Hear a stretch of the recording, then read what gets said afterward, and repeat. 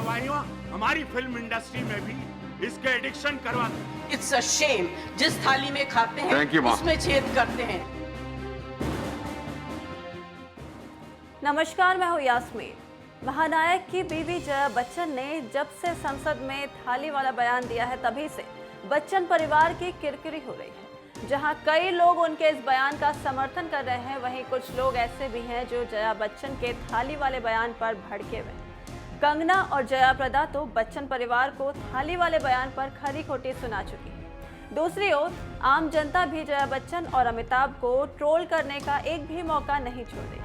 अब लीजिए एक बार फिर अमिताभ बच्चन ट्रोलर्स के निशाने पर, और इस बार भी वजह बना है उनकी बीवी जया बच्चन का थाली वाला बयान, जो कि बिग बी का पीछा छोड़ ही नहीं रहा है। दरअसल अमिताभ बच्चन इन दिनों केबीसी सीजन 12 के सेट पर शूटिंग करने में व्यस्त हैं।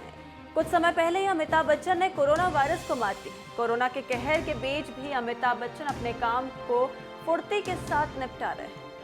इसी बीच बिग बी ने सोशल मीडिया पर अपनी एक तस्वीर शेयर की है, जिसमें वो फेस शील्ड लगाए दिखते हैं। इस तस्वीर को शेयर करते हुए अमिताभ बच्चन लिखते हैं कि सब लोगों को इस समय सुरक्षित रहने की जरूरत है। अब इस तस्वीर की वजह से अमिताभ बच्चन ट्रोलर्स के निशाने पर आ गए हैं। एक यूजर ने लिखा है, आप सेफ रहो जया जी से, इज्जत उतार रही है, पूरा वर्ल्ड गाली दे रहा है। वहीं एक दूसरे यूजर ने लिखा, be safe and keep quiet, not to speak anything, my wife will speak on my behalf. वहीं एक और यूजर ने लिखा, अब क्या मतलब है इस अमिताभ को बॉयकॉट करने का, जिंदगी भर तो जनता ने शोहरत पैसा दिया जो अब तक इसका कुबेर भर चुका, this man is spineless, shameless. इसके अलावा एक और यूजर ने लिखा, why can't you give Jaya, she need cool shades.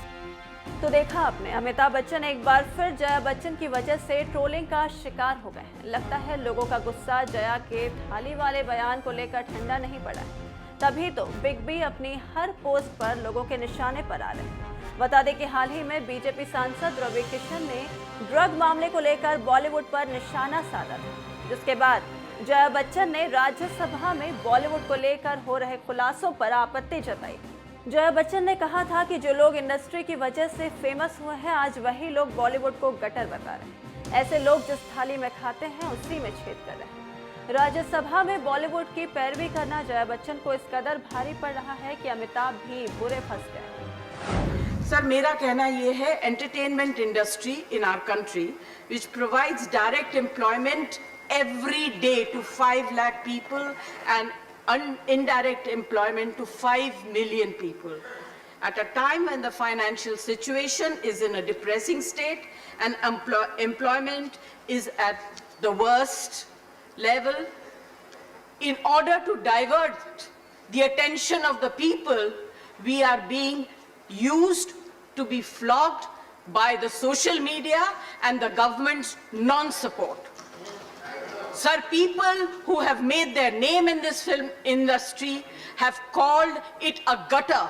I completely disagree and I really disassociate, and I hope the government tells these people who have made their earning, name and fame in this industry to stop using such language.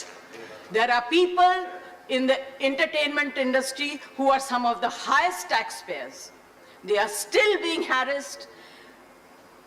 All kinds of promises are being made to entertainment industry, but never ever kept. Sir, I get very worked up and very emotional. I have too many things to say, but you're not giving me enough time and opportunity to speak. Sir, I think the government must stand by the entertainment industry, because the entertainment industry always comes forward to help the government in whatever good work that the government takes up. They come and speak for them. They support them. If there is a national calamity, they come forward, they give money, they give their services. I think that it is very, very important that the government must support this industry and not kill it just because there are few people. You cannot tarnish the image of the entire industry. Right. This industry brings international name and recognition also, apart from the political people. I was really embarrassed and ashamed that yesterday one of our members in the Lok Sabha spoke who is from the industry against, I'm not taking a name, against the film industry. It's a shame. जिस थाली में खाते हैं Thank you, Ma. उसमें छेद कर